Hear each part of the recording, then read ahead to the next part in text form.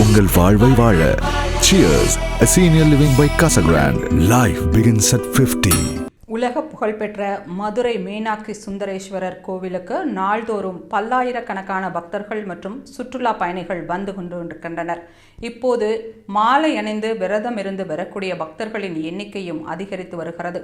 இந்த சூழலில் கோவில் சுற்று வட்டாரத்தில் ஏற்பட்டுள்ள கழிவுநீர் பிரச்சினை பக்தர்களிடையே பெரும் அதிருப்தியை உருவாக்கியுள்ளது.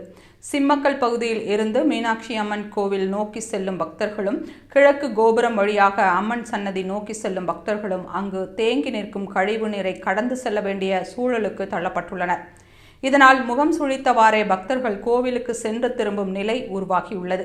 மேலும் அன்னை மீனாட்சி சுந்தரேஸ்வரரை வழிபட்டுவிட்டு தங்களது இருப்பிடங்களுக்கு பேருந்துக்காக செல்லும் பக்தர்களிலும் கழிவுநீர் தேங்கி இருப்பதை பக்தர்களுக்கு மிகுந்த மனவேதனையை ஏற்படுத்தியுள்ளது.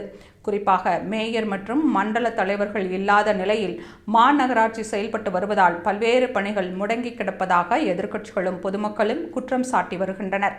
அமைச்சர் பழனிவேல் தியாகராஜரின் தொகுதிக்கு உட்பட்ட மீனாட்சி அம்மன் கோவில் பகுதியில் இதுபோல கழிவுநீர் தேங்கி இருப்பது கோவில் நிர்வாகத்தின் அலட்சியமே என பக்தர்கள் குற்றம் சாட்டியுள்ளனர்.